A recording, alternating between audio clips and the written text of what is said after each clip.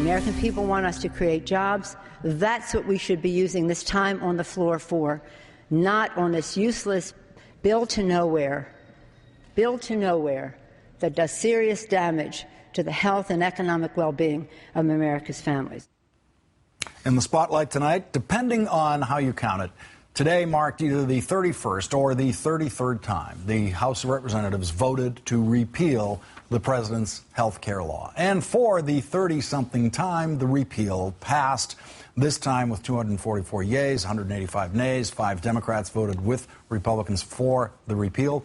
The bill will now move to the Senate, where it will take its place beside the 30 other bills that are just being ignored there. Joining me now, co-host of MSNBC's The Cycle, Crystal Ball, and Karen Finney, former DNC communications director and MSNBC political analyst. Crystal, this has to be the last one. No, it has to. They can't.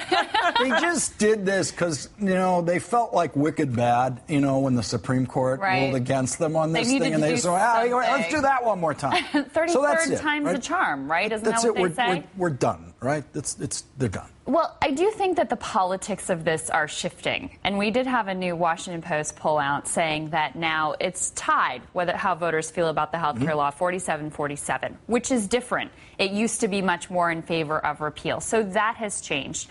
I also think now we're getting into a zone where people are actually starting to learn about some of the benefits that they are getting or will get from the law. And it's a much different deal to say, you are getting this thing now and we want to take it away from you. So, for example, you have the DCCC actually putting up some ads touting the benefits of the Affordable Care Act, as opposed to in 2010, when Democrats very much, as I was running for Congress at the time, so I saw this across the country, Democrats very much ran away from that bill, which sent a signal to the American public. Here they passed this bill, and even the people who passed it don't want to talk about it. Now, the most popular campaigner out there in this campaign season is, of course, Michelle Obama. She's got the highest poll numbers of anyone, and she went to Florida and continued to emphasize that she and her husband and their families know what economic struggle feels like. Let's listen to that. My father was a blue-collar city worker. He worked with MS. He worked at the city water plant his entire life. And my family lived in a little bitty apartment on the south side of Chicago. And growing up, I know we got some Southsiders here.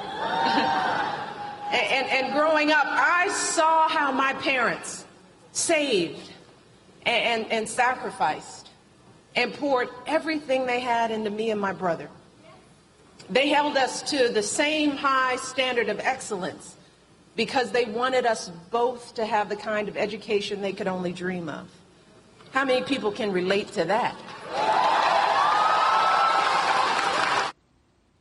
Karen Finney, after the week of the Romney clan up there on the lake, in the big speedboat, on the jet skis, with the repeated photographs of the multi-million-dollar gigantic lakeside mansion that they have up there, these stories have, I think, a different resonance now than they did 4 years ago. And in fact, I don't remember the First Lady getting into that kind of specificity 4 years ago.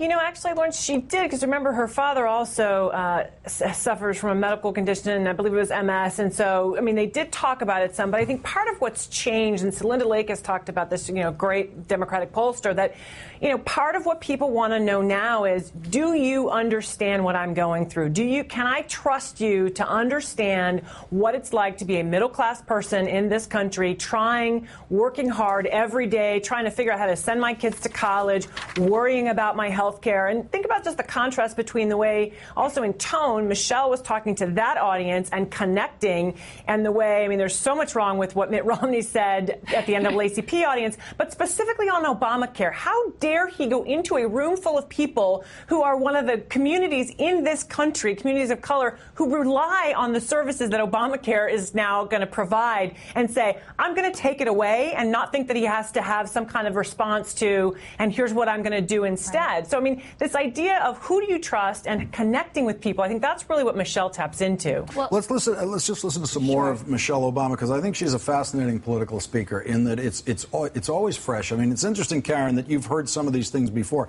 I hadn't, and I've heard her speak a lot, but not as much as you have.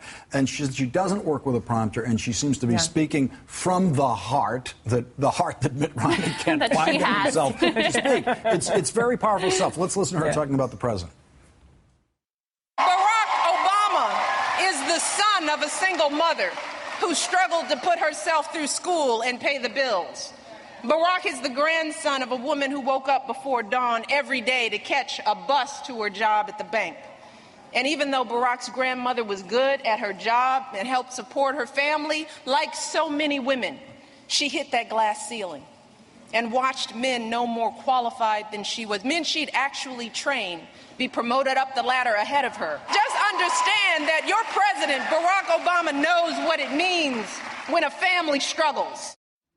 Karen, Crystal, let's go here. There's no politics in that. That's just a personal story. It's the proud wife. And what I would underscore here is Michelle Obama and the president are the personification of the American dream. And Mitt Romney and Ann Romney, in a lot of ways, are the personification of the America that we're going to become, where the rich and the powerful just gain more wealth and more power. Karen, go ahead. Yeah. I was just saying, tactically speaking, some of the other places that you'll see Michelle pop up on the campaign trail, and she actually did an event with a website that specifically targets Latina mothers. So this idea of connecting with women on the struggles that women face, and again, because remember, African-American women, that was the largest group that voted for Barack Obama. We happen to be 52% of the voting population. So connecting with women as well and saying, this is a president who understands what women are going through, whether you're working in the home or outside of the home. Karen Finney and Crystal Ball, thank you both very much for joining me tonight. Thanks, Lawrence. Coming up, why an anti-gay group wants to boycott Google and why they just can't quit Google. That's in the rewrite. And police are collecting enormous amounts of data from your cell phone and millions of cell phones around the country. We don't know what they're doing. We're going to have a follow-up on last night's report. That's coming up.